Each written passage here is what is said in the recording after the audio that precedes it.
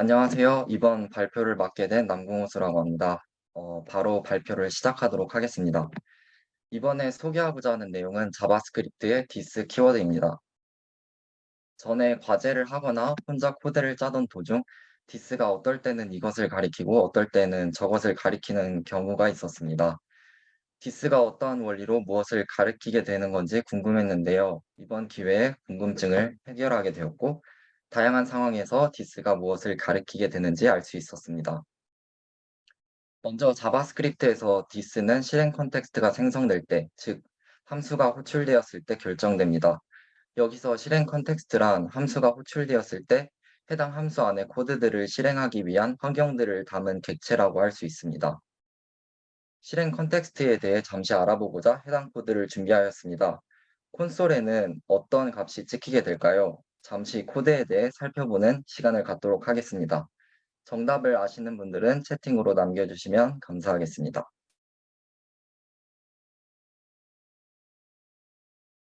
정답으로는 undefined 11 순서로 출력이 되는데요. 우선 브라우저에서 해당 코드가 동작한다는 가정하에 윈도우 전역 객체에 의해 전역 실행 컨텍스트가 생성이 됩니다. 호이스팅이 일어나면서 식별자들을 수집하게 되는데요. 첫 번째 줄부터 바_a 펑션 아우터가 수집이 됩니다. 다음에는 아우터 함수가 호출이 되면서 이번엔 아우터 함수의 실행 컨텍스트가 생성됩니다. 마찬가지로 아우터 함수 실행 컨텍스트에 의해 호이스팅이 일어나며 똑같이 식별자들을 수집하게 됩니다. 펑션 이너가 수집되고 이너 함수가 호출됩니다. 이번에는 이너 함수 실행 컨텍스트가 생성됩니다. 마찬가지로 식별자들을 수집하는 호이스팅이 일어납니다. 콘솔 A를 출력할 때 undefined가 되는 이유는 호이스팅이 일어나면서 변수에 아직 값이 할당되어지지 않았기 때문입니다. 자바스크립트 엔진은 변수가 할당되기 전의 값을 undefined로 적용합니다. 그 다음 A의 값에 3이 할당됩니다. 이너 함수가 종료되면은 다시 아우터 함수 코드를 순차적으로 실행합니다. 콘솔 로그, 콘솔 A는 1이 출력이 됩니다. 왜냐하면 아우터 함수 내부에 A라는 변수가 없기 때문에 아우터 실행 컨텍스트에 담긴 아우터 인바이러먼트 레퍼런스에 의해서 바깥 스코프로 이동하여 변수 A를 찾게 됩니다. 전역 스코프에 A는 1로 미리 할당되어 있기 때문에 1이 출력이 됩니다. 이와 같이 변수를 찾기 위해서 상위 스코프로 올라가는 동작 방식을 스코프 체인이라고 합니다. 어, 아우터 함수가 이제 마지막으로 종료가 되고 마지막으로 A는 1이 출력이 됩니다.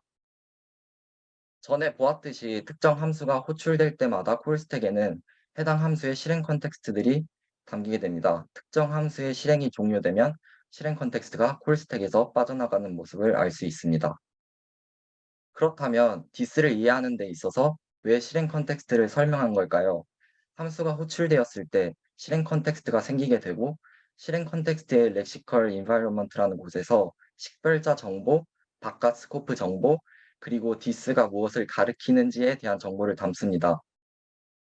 따라서 결국 함수가 호출될 때 디스가 결정된다고 할 수 있습니다. 이제부터 다양한 상황에서 디스가 어떤 것을 가리키게 되는지 예시들을 살펴보겠습니다.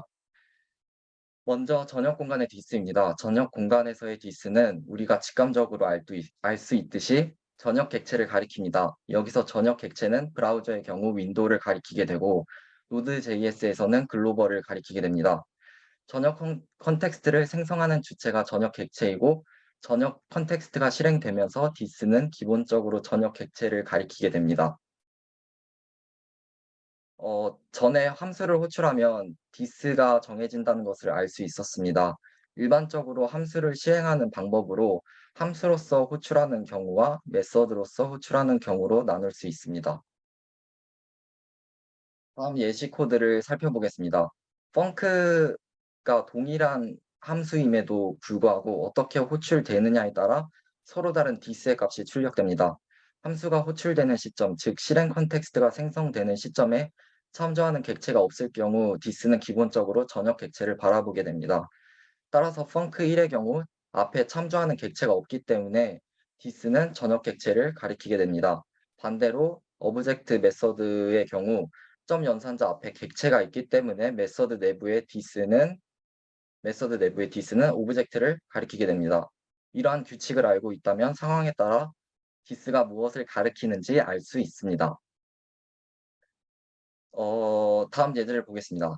오브젝트 1의 아우터 메소드가 호출되면서 어 앞에 앞에 객체를 참조하게 됩니다. 여기 오브젝트 1이 있고요. 다음으로 이너 펑크는 객체 참조 메소드가 아니라 함수로서 출력이 되었기 때문에 콘솔 출력 시 전역 객체 윈도우가 출력되는 것을 볼 수 있습니다. 전에 메소드로서 호출되면 메소드 앞에 객체가 디스가 되고 참조 객체 없이 함수를 호출하면 디스는 전역 객체가 된다는 것을 알 수 있었습니다. 다음으로 오브젝트 2의 이너 메소드가 호출되고 그리고 콘솔에는 오브젝트 2가 객체로 이제 출력이 됩니다. 현재 코드는 이너펑크 함수에서 볼 수 있듯이 메서드 내부의 함수 안에 디스가 전역 객체를 바라본다는 문제점을 갖고 있습니다. 이를 해결하기 위한 방법으로 화살표 함수가 있습니다. ES6에서 이를 보완할 수 있는 화살표 함수가 나오게 되었는데요. 화살표 함수는 실행 컨텍스트를 생성할 때 디스 바인딩을 생략하여 상위 스코프의 디스를 상속하게 됩니다. 전에 창욱님이 말씀해 주셨던 것처럼요. 네, 코드로 살펴보도록 하겠습니다. 호출된 이너 펑크 함수의 호출 주체는 없기 때문에 원래대로라면 디스로 윈도우 전역 객체가 출력되어야 합니다. 하지만 화살표 함수는 전에 말했듯이 디스 바인딩을 생략하기 때문에 상위 스코프 디스인 오브젝트가 출력되는 것을 볼 수 있습니다. 네, 다음은 콜백 함수 안에 디스를 살펴보겠습니다. 함수 A의 제어권을 다른 함수 B에게 넘겨주는 경우 함수 A를 콜백 함수라고 합니다. 쉬운 예로 우리가 흔히 아는 setTimeout 함수가 있습니다. 첫 번째로 보여지는 setTimeout 함수는 안에 있는 콜백 함수를 3초 후에 실행시켜주는 함수입니다. 안에 있는 콜백 함수의 제어권은 setTimeout이 가지고 있으니 setTimeout 안의 함수는 콜백 함수라고 할 수 있습니다. 콜백 함수의 제어권을 가지는 함수 혹은 메소드가 콜백 함수의 디스를 결정합니다. 특별히 정의되지 않은 경우에는 콜백 함수도 결국 일반적인 함수이기 때문에 디스는 전역 객체를 가리키게 됩니다. 다음 두 개의 코드는 제어권을 가진 함수가 디스를 명시하지 않았기 때문에 디스는 모두 전역 객체 윈도우가 콘솔에 출력되는 것을 볼 수 있습니다. 이번에는 제어권을 가진 포리치 문에게 디스를 명시해 보겠습니다. MDN 문서에서 포리치 매개 변수의 선택사항으로 디스 아규먼트가 있는 것을 볼 수 있습니다. 콜백을 실행할 때 디스로 사용할 값이라고 소개가 되어 있습니다. 숫자 12를 임의의 디스로 설정하였기 때문에 디스의 출력값으로 윈도우 전역 객체가 아닌 스트링 객체가 반복해서 나오는 것을 볼 수 있습니다. 마지막으로 생성자 함수 안의 디스를 살펴보겠습니다. 생성자 함수로 호출된 경우 내부에서의 디스는 새로 만들 인스턴스 자신을 가리키게 됩니다. 따라서 인스턴스인 몽실은 매개 변수에 입력한 대로 몽실이라는 네임과 3이라는 에이지가 나오는 것을 볼 수 있습니다. 소개했던 내용들을 정리해 보겠습니다. 전역 공간 안에 디스는 전역 객체를 가리킵니다. 메서드를 호출한 경우 디스는 메서드 호출 주체인 객체를 가리킵니다. 여기서 디스는 점이나 대괄호 앞에 나오는 객체를 가리킨다고 할 수 있습니다. 함수는 호출 주체가 명시되어 있지 않기 때문에 디스는 전역 객체를 가리킵니다. 콜백 함수 안에 디스는 콜백 함수의 제어권을 가지는 함수가 정의한 바에 따르고 디스가 정의되지 않은 경우에는 전역 객체를 가리킵니다. 생성자 함수 안에 디스는 생성되는 인스턴스를 가리킵니다. 기본적으로 디스는 이와 같이 정해지고 이외에 디스를 명시적으로 정하는 콜, 어플라이, 바인드 메서드가 있습니다.